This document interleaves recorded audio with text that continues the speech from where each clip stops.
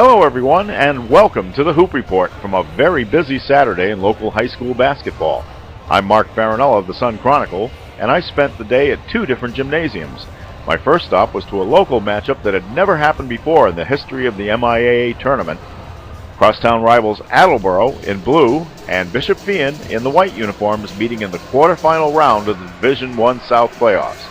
Attleboro and Feehan had both won 17 games entering this highly anticipated contest, and the city's basketball fans were well represented in the stands as the action began.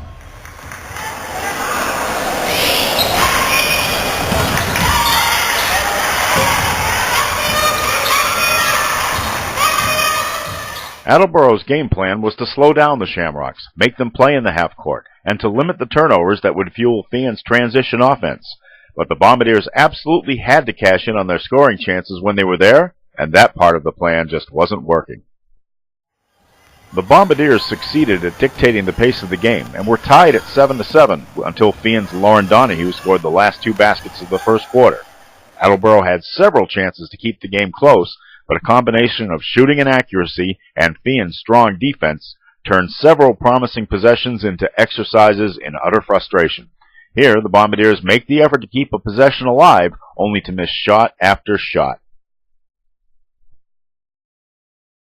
Still unable to crank up their transition game, the Shamrocks also sputtered a bit. Maddie Jolin, number 21, tries every move in the book, but she can't get this shot to fall.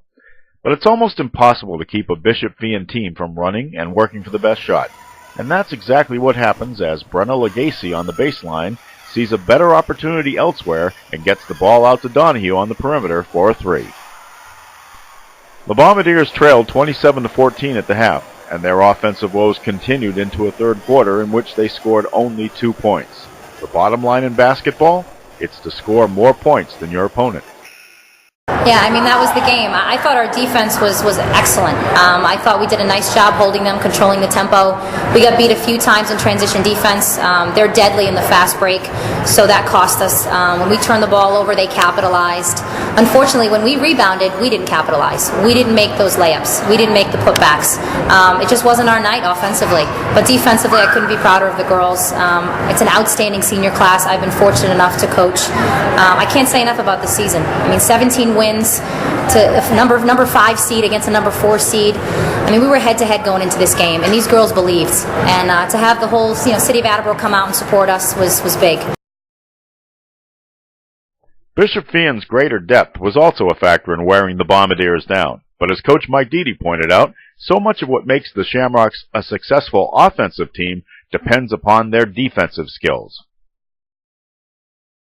I think they got a little fatigued. I think that helped a little bit, but the key was defense. They scored 14 points in the first half. They scored 2 in the third quarter. They scored 16 points through 3 quarters. That doesn't happen often in a high school basketball game, and that was the key. That was the key, I thought. The versatility of our kids, the ability to play good, strong defense. Because I thought Attleboro had a very good plan coming into the game offensively, but we were able to pretty much stymie that approach. While the outcome may not have been in doubt going into the fourth quarter, it did not lessen the commitment or intensity displayed by Attleboro's seniors right to the end of the game. Here, Bree LaPlume picks up a loose ball and splits Donahue and Lauren Manis for 2 points. The final score, Bishop Feehan 49, Attleboro 34. Brenna Legacy led the Shamrocks with 11 points and 8 rebounds, while Bree LaPlume topped Attleboro with 11 points and a game-high 12 rebounds. The Shamrocks will take an 18-4 record into the MIAA Division I South semifinal Monday night against top-seeded Braintree, which sports a 20-1 mark. The game will start at 6 p.m. in the chummy confines of the ASAF Fieldhouse at Massasoit Community College in Brockton.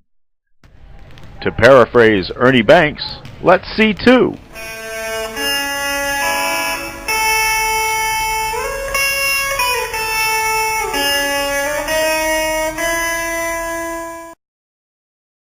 Welcome to Tri-County Regional High School in Franklin, where seniors Kate Cornell, number 25, and Megan Mulcahy, number 22, have led the 4th-seeded Cougars into the quarterfinal round of the Division IV Central Tournament and a game against 13th seed Hopedale.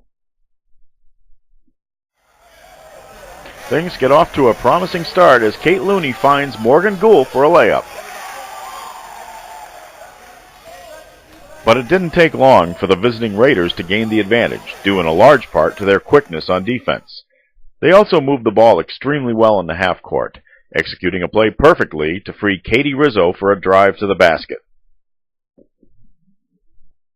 The Cougars trailed 19-10 at halftime, and an 8-0 run by Hopedale midway through the third quarter sealed the deal. Tri-County shot just 21% from the field in the game, hitting just 9 field goals. The final score, Hopedale 47, Tri-County 26. Mulcahy and Cornell combined for 1,557 points over their 4-year careers, and while Cougars coach Ryan Hippert said his team would miss those talented seniors, he also thanked them for helping to build the foundation for a successful program. I think that's our lowest scoring total of the year, and it was frustrating. But like I said to them, usually, the season has to end with a loss, and it's not, it stinks. It's not a good way to end, and but I'm proud of these girls. I'm proud of the effort they've put in all year, and where this program has come.